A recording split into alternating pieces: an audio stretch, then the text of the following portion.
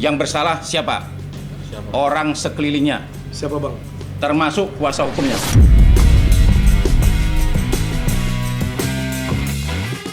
Saya sangat menyayangkan, Edi Lau ini sahabat saya. Farhat apa sahabat saya? Duit ini udah di yayasan nggak bisa sembarangan gitu kan, mau donaturnya minta atau apa itu nggak bisa sembarangan.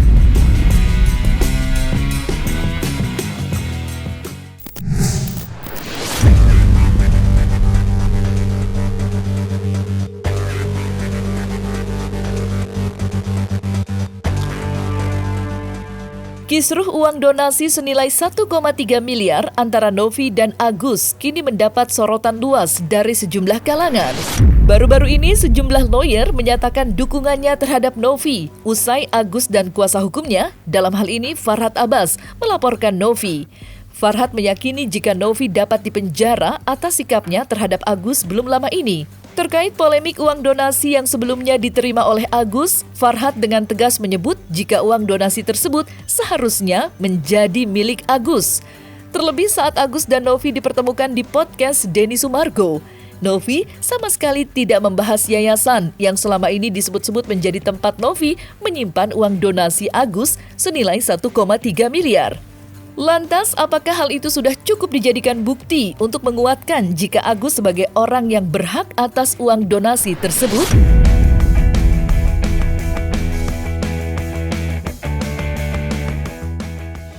Jadi saya minta untuk teman-teman yang lapor, gimana Agus bisa tanda tangan kuasa dan bagaimana bunyi bahasa hukum di dalam kuasa itu? Kok bisa larinya kemana-mana? Ya, jadi kami juga akan menantang penyidiknya yang periksa gitu. Kalau Anda memeriksa, lalu Anda mewawancarai seorang pengacara dalam hal dia memberikan keterangan, dasar kuasa khususnya lahirnya gimana? Ya, karena kuasa khusus jelas tuh. Dasar kuasa khusus jelas tuh. Ya, dia bertindak. Yang ini harus viral nih. Begitu. Oke, begitu. Kalau sampai nanti pada akhirnya Agus ini ternyata tidak bisa disembuhkan, sementara uang ada, ya 1,3 nongkrong nih, parkir. Ya. Bantuan yang mau bantu ada. Dan kalau sampai pada akhirnya nanti Agus tidak dapat juga penyembuhan hanya karena hanya karena egonya atau ada yang bisik sana bisik sini ya, bisikan syaiton, Agus tidak bisa berobat ya, padahal uang sudah nongkrong nih, udah parkir 1,3 ya, belum lagi ada orang yang mau membantu ya, menambahkan. Hanya karena nih, sekali lagi hanya karena Agus egonya tidak memahami situasi dan kondisi dia sekarang ya. Yang bersalah siapa? Orang sekelilingnya. Siapa bang? Termasuk kuasa hukumnya. Kami mau sampaikan bahwa konsentrasi tim hukum adalah mempersiapkan tuduhan-tuduhan yang tidak mendasar yang telah disalurkan melalui laporan polisi. Itu tugas pertamanya. Tugas yang kedua, tidak menutup kemungkinan ada sikap perlawanan terhadap pihak-pihak yang telah menjatuhkan martabat dan nama baik Novi sendiri. Karena kita semua tahu bahwa apa yang dilakukan oleh Novi adalah kegiatan kemanusiaan yang perlu teman-teman media mendukung. Dan yang terakhir, bentuk perlawanan seperti apa nanti kita akan lihat sesi berikutnya. Demikian. Ada pesan buat Bang Farhat Abbas, Bang? Ya, saya tidak perlu menyinggung persoalan rekan-rekan sebelah, tapi kami menyatakan bahwa ada sikap perlawanan yang kami akan lakukan juga terhadap para advokat yang kami duga telah melanggarkan kode etik profesi dalam menjalankan profesinya dalam ruang publik, yang mengabaikan asas praduga tidak bersalah dan lebih cenderung menyerang pribadi personal Novi dalam hal ini sebagai aktivis sosial, aktivis kemanusiaan. Sebenarnya gini, untuk menilai apakah kedua orang ini yang berperkara ini mana sih yang benar di antara dua ini, simpel. Kita lihat aja di antara dua orang ini mana yang melakukan kesalahan. Apa kesalahan itu? Kesalahan adalah perbuatan yang menyimpang dari kebenaran. Betul. Nah, artinya kita bisa sama-sama melihat nih, ya, apakah Novi ini melakukan penyimpangan terhadap penggunaan uang, ataukah Agus yang melakukan penyimpangan. Ya. Nah, bahkan saya kurang setuju kalau ada orang pendapat itu suruh dinas bekukan. Apa masalahnya perusahaannya dibekukan? Sepanjang yayasan ya dalam hal ini Novi melakukan kegiatan yang tidak menyimpang, tidak ada dinas berani membukukan itu. Kecuali kalau yayasan itu menyimpang. Yang menyimpang ini Agus. Tuh. Nah artinya kalau seandainya uang ini dikuasai oleh Novi sudah sangat tepat. Saya memang berbeda pandangan nih sama Bang Hotman Paris. Kalau Bang Hotman Paris mengatakan bahwa ini sudah milik Agus. Nah kalau saya tidak setuju kalau dikatakan bahwa uang ini 100% milik Agus. Kenapa? Karena ada persyaratan yang melekat terhadap penggunaan uang itu. Apa persyaratan yang melekatnya? Artinya harus digunakan untuk penyembuhan. Nah, bagaimana kalau digunakan di luar daripada penyembuhan? Ini penyalahgunaan. Saya sangat menyayangkan. Erdilau ini sahabat saya. Parhat apa sahabat saya? Cuma ya, kenapa mereka ini melakukan pembelaan melebar-lebar? Apa sudah kehabisan argumen untuk melakukan pembelaan terhadap kliennya? Nah, kenapa kok langsung narkoba? Nah, saya sayangkan sekali. Ini jangan-jangan Erdilau ini sudah kehabisan bahan yang mencari argumen untuk melakukan pembelaan terhadap kliennya. Kemudian bicara donasi, memang yang di donasi ini langsung. Bukan donasi dari yayasan. Tidak ada yang menyatakan yang mengumpulkan dana itu adalah yayasannya Novi. Tidak ada, ya. Karena nggak ada kontak, nggak ada perjanjian antara Novi dengan yayasan. Ya kita hanya anggap orang baik yang datang menyarankan, ayo. Dan tidak ada bilang nanti kalau ada bagi hasil dibagi, nggak ada apa-apa. Dan dia mengatakan nggak ada perjanjian aja. Dan karena tidak ada perjanjian, otomatis tujuan itu semata-mata bukan hanya untuk membuat mata yang buta menjadi terang, tidak melihat kembali. Karena itu tidak mungkin terjadi.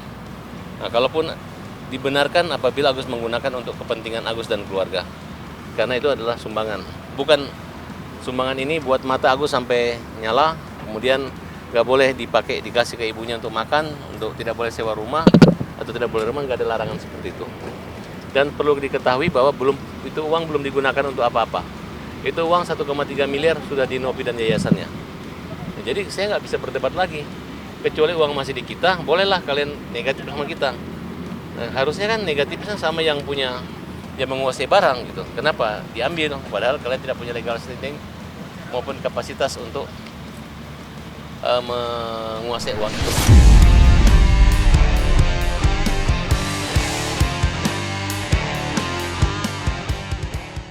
Mendapat tuduhan dari Agus dan kuasa hukumnya atas klaim uang donasi senilai 1,3 miliar, Novi dengan tegas membantah. Ditemani kuasa hukumnya, Novi menjelaskan duduk perkara yang menyebabkan dirinya mempertanyakan komitmen Agus untuk menggunakan uang hasil donasi dipakai untuk berobat. Lantas, di mana sekarang uang donasi tersebut yang saat ini sudah dikembalikan oleh Agus kepada Novi? Mengingat berbagai tuduhan dialamatkan kepada Novi.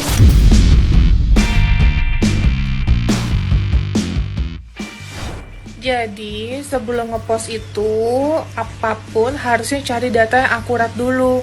Selama 4 tahun berapa ODGJ yang saya rawat, berapa anak-anak yang saya rawat, berapa orang yang selama ini membutuhkan bantuan saya selalu ada. Jadi jangan dihitung 1 orang untuk orang yang tidak bisa melihat, atau 5 anak yang saat ini saya rawat. Satu hal yang harus dilihat bahwa kita yayasan mandiri yang tidak dibantu oleh siapapun, biaya pengasuh, biaya perawatan anak, sekolah anak, pendidikan anak, dan semuanya itu saya memakai uang pribadi saya. Qadarullah saya bisa pertanggungjawabkan itu semua, dan alhamdulillah selama 4 tahun berjalan dengan sangat baik.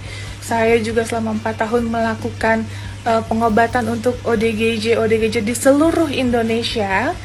Jadi semoga datanya akurat. Ya, tapi kalau nanti udah diaudit akan kelihatan berapa sih sumbangan buat Agus. Kalau udah masalah bantuan ke rekening Agus sudah nggak ada masalah.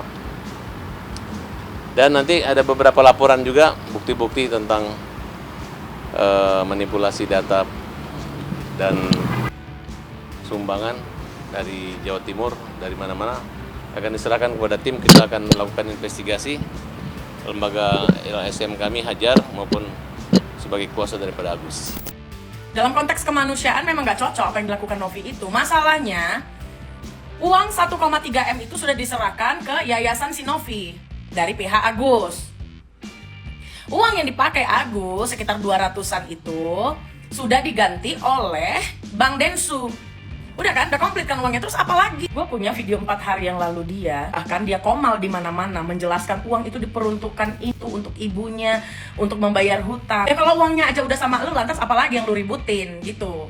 Sekarang yang paling tepat itu adalah mengaudit uang itu kemana, mengaudit uang yayasan dulu kemana, donaturnya siapa saja, dan untuk apa uang-uang itu. Ada video lu sama Bang Densu, ini agak aneh dan perlu banget diaudit. Karena setelah dari 3 hari lu tutup donasi untuk nama-nama yang lu sebutkan untuk donasi itu, kan uangnya masuk ke rumah yayasan.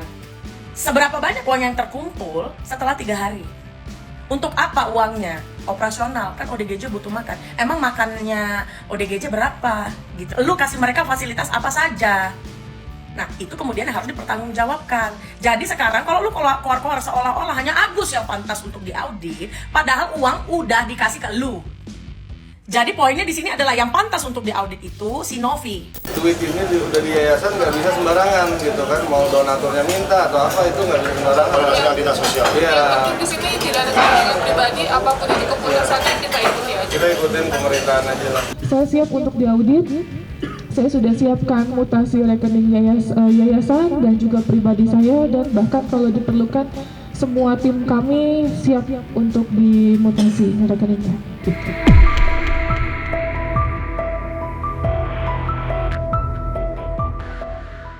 Sementara itu, Agus tetap menjalani perawatan dengan menggunakan BPJS. Ia dan keluarganya ingin permasalahan yang sedang dihadapinya tidak berlarut-larut.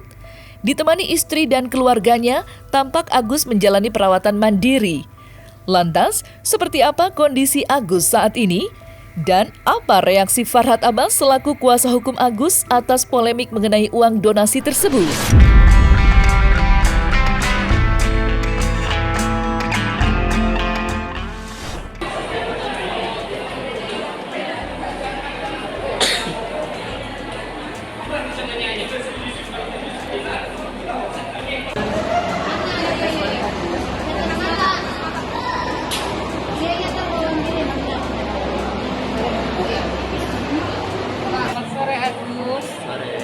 Agus lagi di mana hari ini? Di rumah sakit. Apa kegiatan Agus? Lagi kontrol ya. Alhamdulillah sudah mulai banyak pembela kaum lemah yang ikut membantu dan mengerti persoalan ini gitu. Ini bukan persoalan orang dikasih uang 1,5 miliar terus berobat ke BPJS, bukan itu. Dari awal Novi ini udah tahu kalau Agus ini matanya nggak bisa disembuhkan lagi, tidak bisa. Kalau donasi ini bentuk kepedulian bahwa dia ini nggak bisa bekerja apa-apa, hilang mata pencaharian.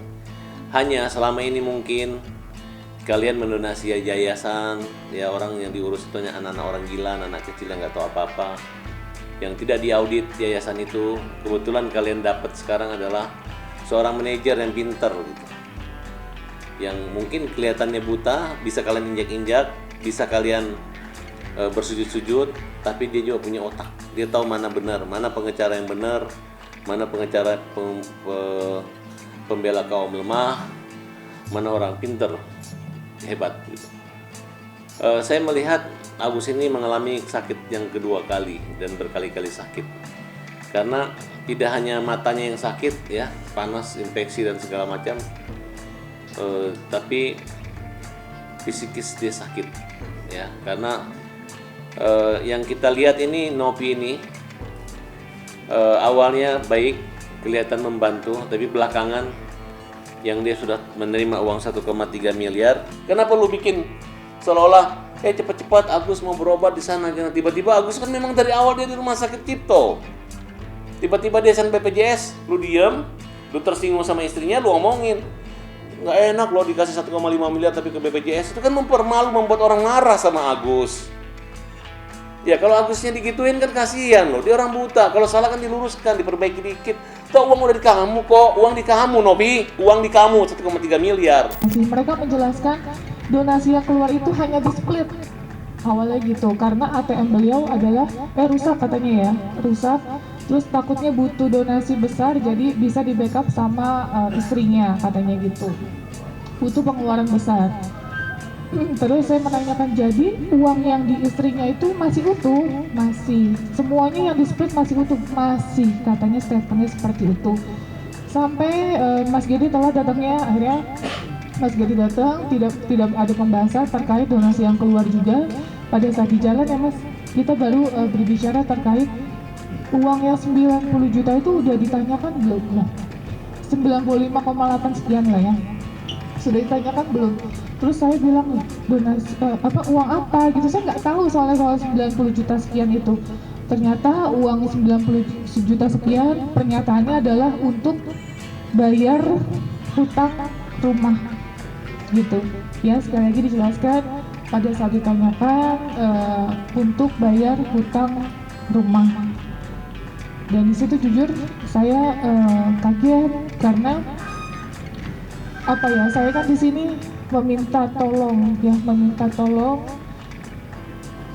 Terus saya juga merasa ini adalah tanggung jawab saya, prioritas Mas Agus adalah untuk operasi matanya agar segera bisa melihat seperti sedia kala. Walaupun misalnya ada terkendala sedikit, seenggaknya dia masih bisa melihat dengan satu mata. Awalnya kan saya tahu dia hanya bisa pertahankan satu mata aja gitu. Terus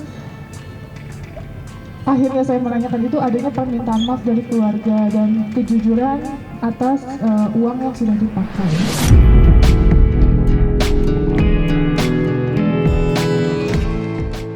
Nah, selesai sudah Cumi Lovers, saksikan terus Cumi Camp In Depth, kabar lengkap, mendalam, dan akurat dari narasumber terpercaya. Dan jangan lupa untuk like, subscribe, dan juga share channel YouTube Cumi Cumi.